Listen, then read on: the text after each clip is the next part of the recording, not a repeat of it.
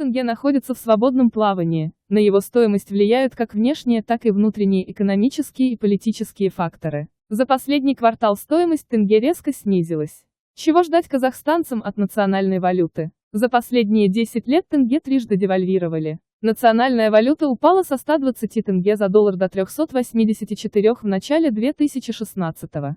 В этом году доллар торговался в районе 330 тенге. Но с начала лета тенге стал слабеть и к июню достиг своего рекордного за 2018 год минимума в 343 тенге. Почему тенге падает?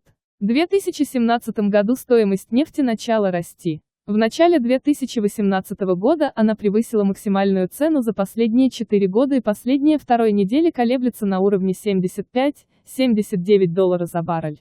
Исходя из заявления экспертов, текущая стоимость благоприятно сказывается на экономике Казахстана и, соответственно, на курсе тенге, но остаются факторы, которые отрицательно влияют на укрепление национальной валюты. Цена на нефть выше 65 долларов за баррель должна благоприятно действовать на курс тенге. И если бы не рубль, при текущих ценах на нефть курс тенге должен быть заметно крепче. Существенные изменения в российской экономике влияют на Казахстан. Рубль значительно ослаб на фоне апрельских санкций. Эксперты Халык Финанс в июне предполагали, что тенге последовал за рублем, и к равновесию валюты вернутся, когда соотношение будет находиться в пределах 5,3–5,5 тенге за рубль и доллар будет торговаться за 62–63 рубля, или 335 тенге. К 4 июля рубль попал в диапазон 63,26 рубля за доллар и 5,42 тенге за рубль.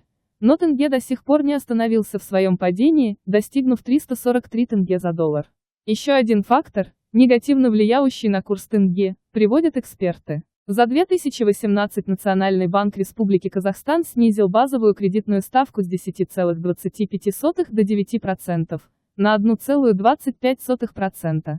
Центробанк России уменьшил ключевую ставку с 7,75 до 7,25% на 0,5%, а федеральная система США повысила с 1,5 до 2% на 0,5%. Средняя цель на конец года по ставке – это 2,1%. Это процентная ставка, по которой банки США предоставляют в кредит свои избыточные резервы на короткие сроки другим банкам. Национальная валюта неадекватно ведет себя по отношению к стоимости нефти, и это выгодно правительству.